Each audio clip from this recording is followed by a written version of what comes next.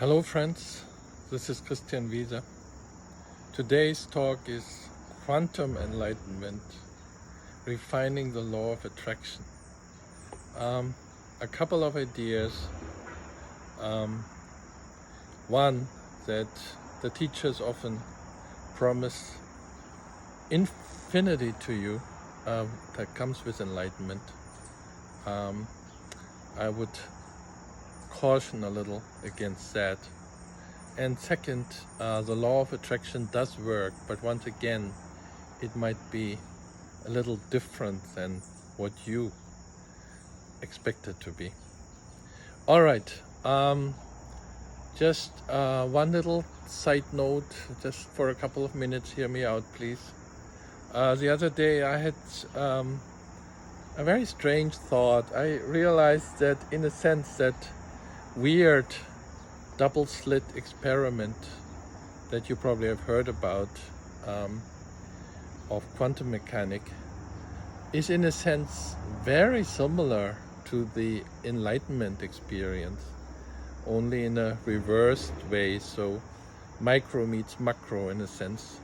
Let me try to explain why. So the double slit experiment I've been Googling for many years, each time always saying, how on earth is that possible? So somehow when you send light through two slits, on the other side, on the screen, there's a wave-like pattern that emerges. So there's nothing unusual about it. We know that light is a wave.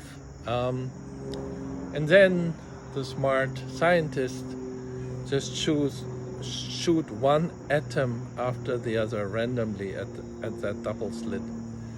And a little bit perplexing, somehow the little atom reminds itself that it's part of the wave. So when you track that over time, you also find a wave-like pattern, even though single units are shot through the slits.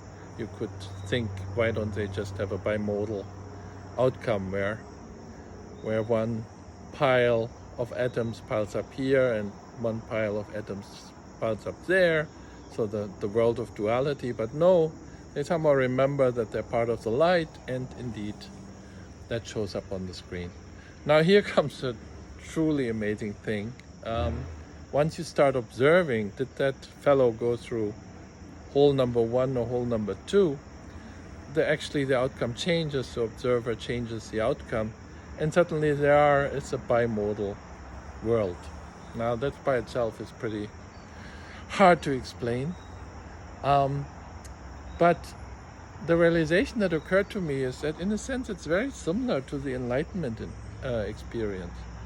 The ordinary person normally sees upper slit, lower slit, good, bad, large, small. That's what when we impose our mind, our conditioning, our identification, we are left with a world of duality.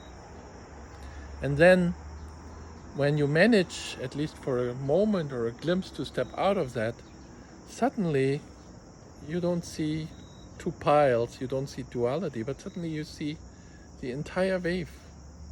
You kind of step out completely out of this 3D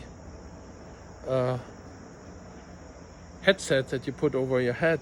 You step out of it and suddenly, wow, for the first time see life as is.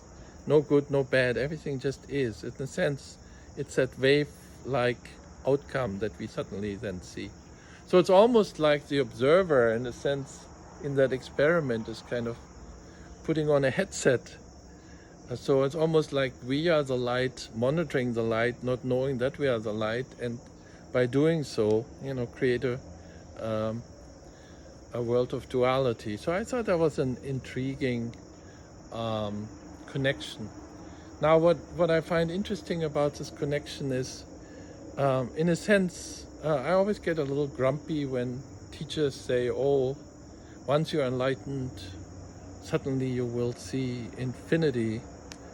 And I always say, yes, infinity, but when you make those statements, don't you attract those people who kind of want to have that superhuman power Don't you kind of encourage people to project into you, oh, if I'm only like him, then I am finally one with infinity? It sounds so appealing, doesn't it?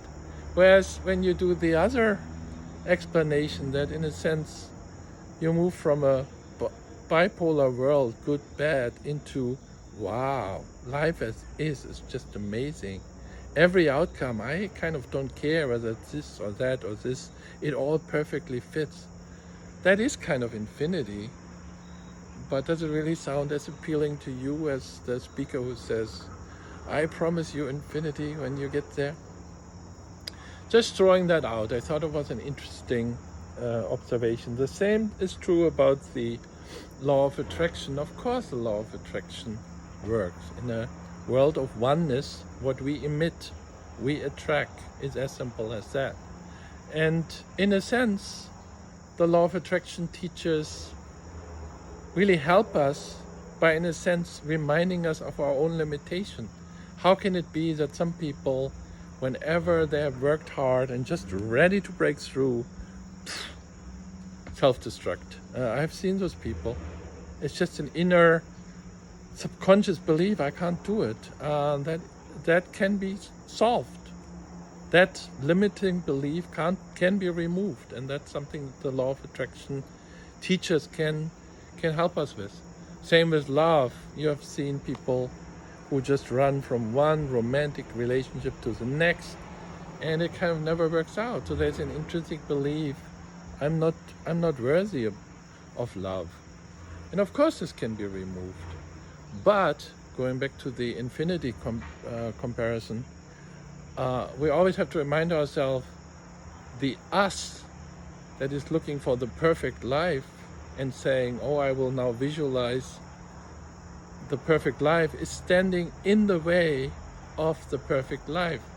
Because the enlightenment experience is just exactly like the double slit experiment without the observer this time. It just removes the you.